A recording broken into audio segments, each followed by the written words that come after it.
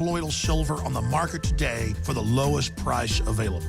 You don't have to be a doctor to know. The fall and winter months are the most dangerous time of year in North America when it comes to you and your family's health. InfoWarsLife.com is very excited to announce our biggest run yet of Silver Bullet colloidal silver, exclusively available at InfoWarsLife.com. Now, InfoWarsLife.com has taken colloidal silver to the next level using a cutting-edge technique that is free of toxic artificial additives. Now more than ever, it's important to stock up on high-quality Silver Bullet from InfoWarsLife.com and to help others during Christmas by teaching them about the powerful benefits of silver. Secure your Silver Bullet today at InfoWarsLife.com or by calling toll-free 888-253-3139.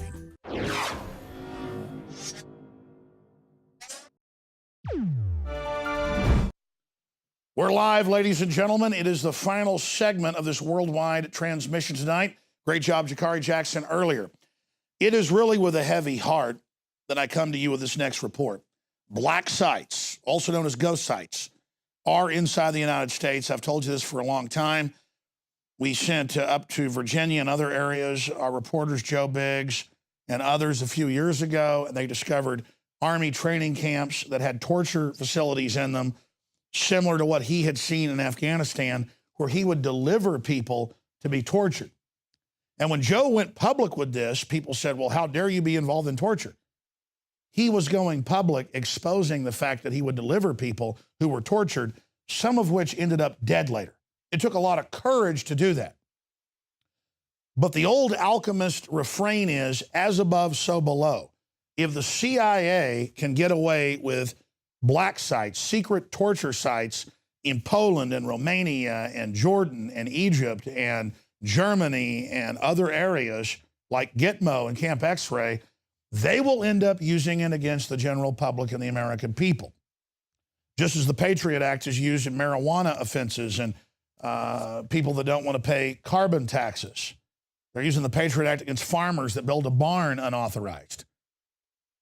The power structure wants a totalitarian takeover, and now the London Guardian, the Associated Press, and others are coming out with the shocking headlines. The disappeared Chicago police detain Americans at abuse-laden black site.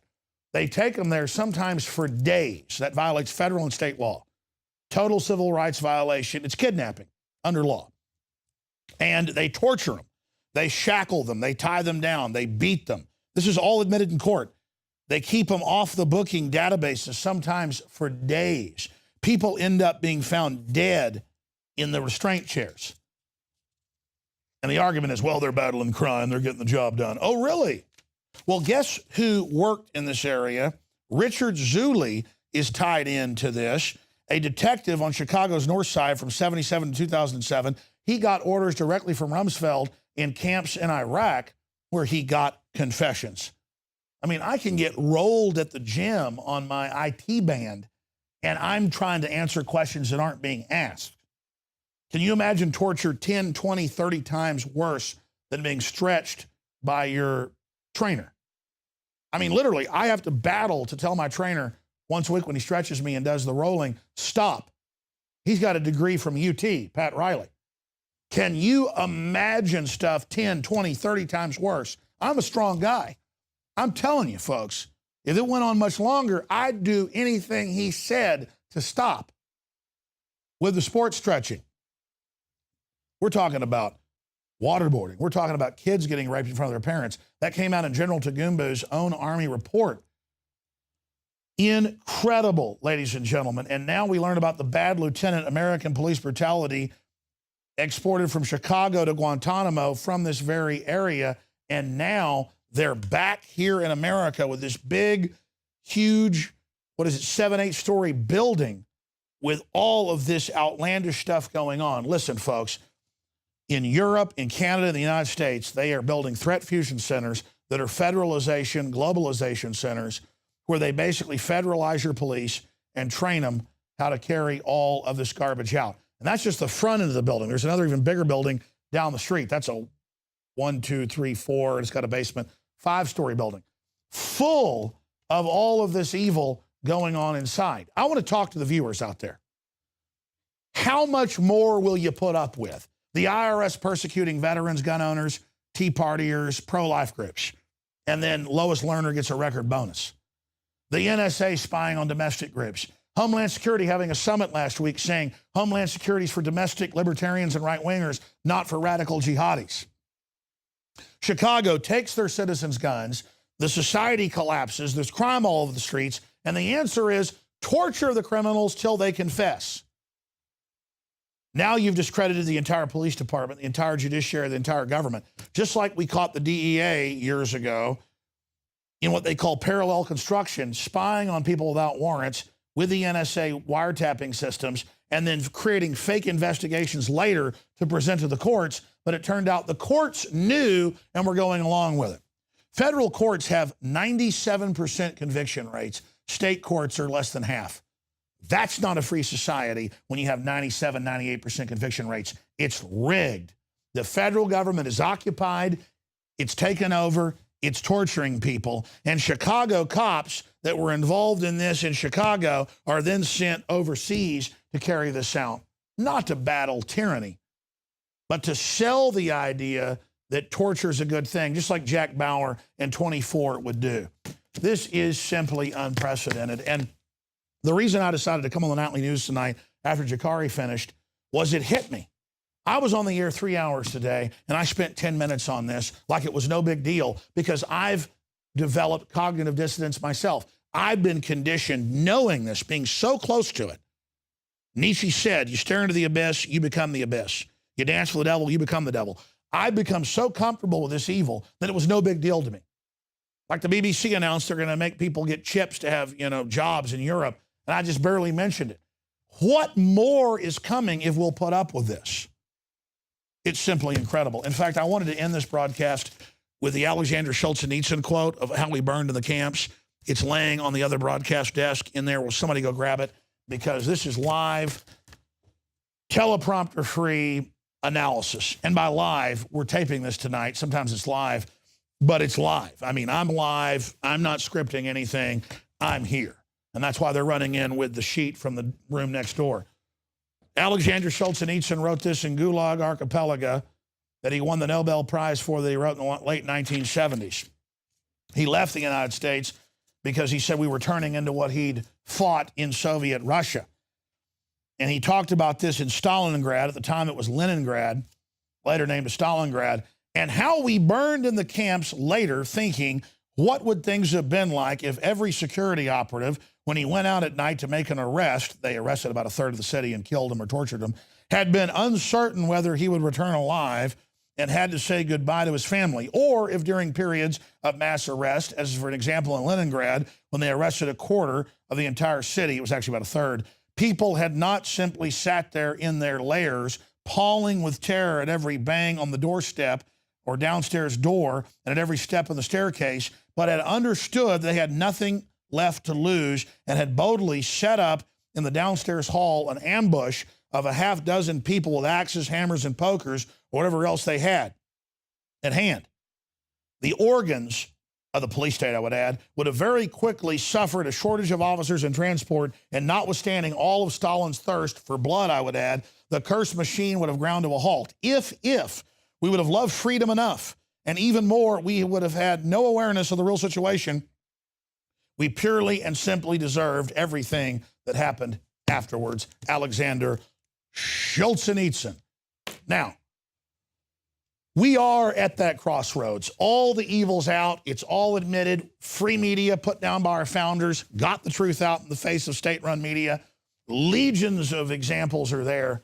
I'm not calling for violence. I was on a international UK broadcast earlier before this TV show, and I was asked, Alex, by a listener, is there ever a time, I was on Richie Allen's show, Irish fella, I was asked, is there ever a time for violence?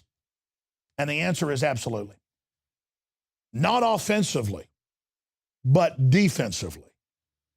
If we can't win the info war, and they come with forced inoculations we know are deadly, they start rounding people up in mass and people don't come back and dead bodies are found here and there to scare the public, then we don't have a right, we have a duty that defense is an offense in that situation. And you don't wait. Solzhenitsyn wasn't a military strategist.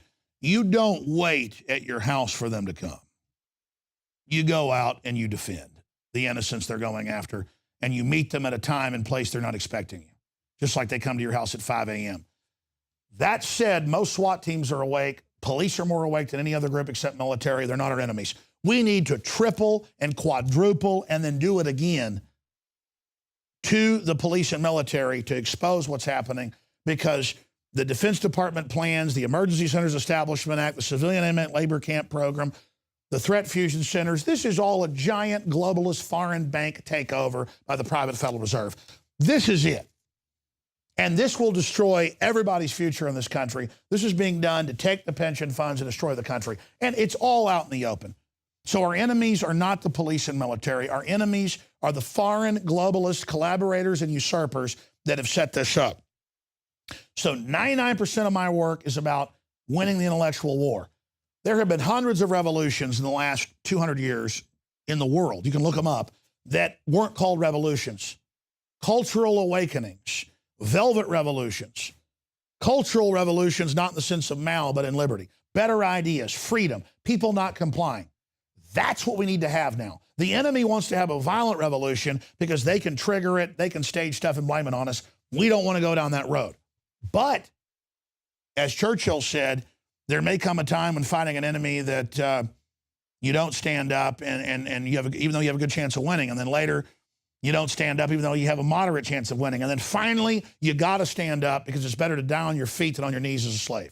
So I say that to all the operatives that watch and track us and attack us and everything. Come on, you know tyranny's here. You can't paint up what you're doing as a good thing. Our government runs a radical Islamicist. They run the narcotics, everything, because it's not our government. It's a criminal consortium, and they know that the collapse is coming and that they've engineered it. And you either join Mordor or you join the forces of good. This is that come to Jesus moment. It's for the rest of eternity. You make the decision. The good news is I'm seeing a lot of good signs across the board that people are really waking up bipartisanly and transcending partisan politics. Great job to the crew. Great job to Jakari. That's it for this original edition of InfoWars Nightly News, teleprompter-free information, liberty-based with a bias for truth, openly admitting that we try to tell the truth and try to be fearless. Lord willing, I'll see you back tomorrow, 11 a.m. Central, with a syndicated radio broadcast, and back Thursday night, 7 o'clock Central, with InfoWars Nightly News. If you're watching, you are the resistance.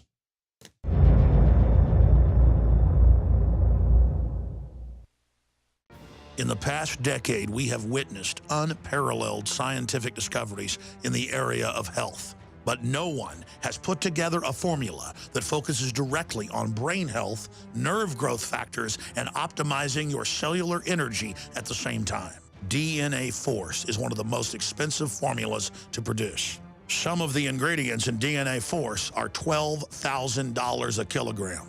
We are using the coveted, patented, only American source of PQQ, CoQ10, and more. You want the best that's out there at the lowest price anywhere? Well, we're bringing you a total win-win. The ultimate value, cutting-edge, trailblazing game changer that also supports the InfoWar.